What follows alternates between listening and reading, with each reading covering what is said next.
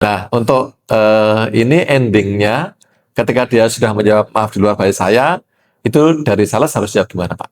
Nah, kalau di luar budget saya, berarti ada lagi yang bisa saya bantu, Pak, untuk bisa merealisasikan budget Bapak. Oke. Sudah, karena itu di luar kendali kita ya. Ya.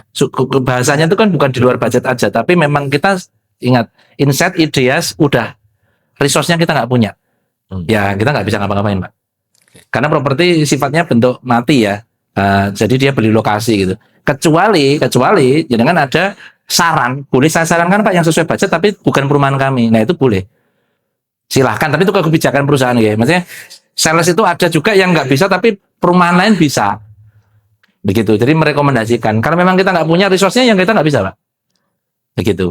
Jadi itu. Tepuk tangan buat Pak Widi untuk studi kasusnya. Terima kasih.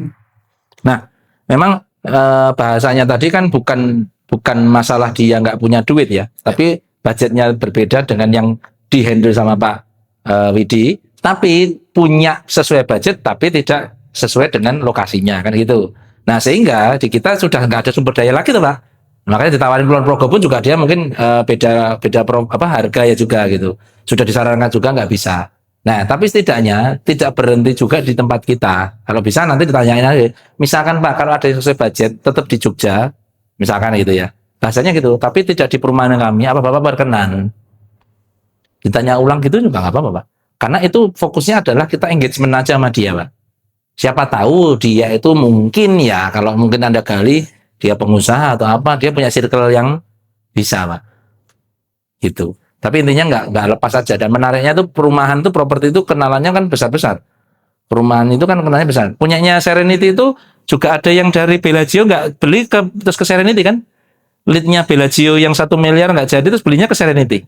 Coba nanti cari tahu itu. Saya kemarin sempat dapat itu. Dari dia Bellagio itu harga berapa? Bellagio itu harga berapa? 750 sampai 1,3 ya. Nah itu nggak jadi beli di Bellagio karena Bellagio itu tidak terima KPR, ya kan? Jadi dia belinya di Serenity. Jadi belinya dari yang 400 jutaan. Jadi tapi kebetulan masih perumahannya kita lah. Masih satu developer gitu.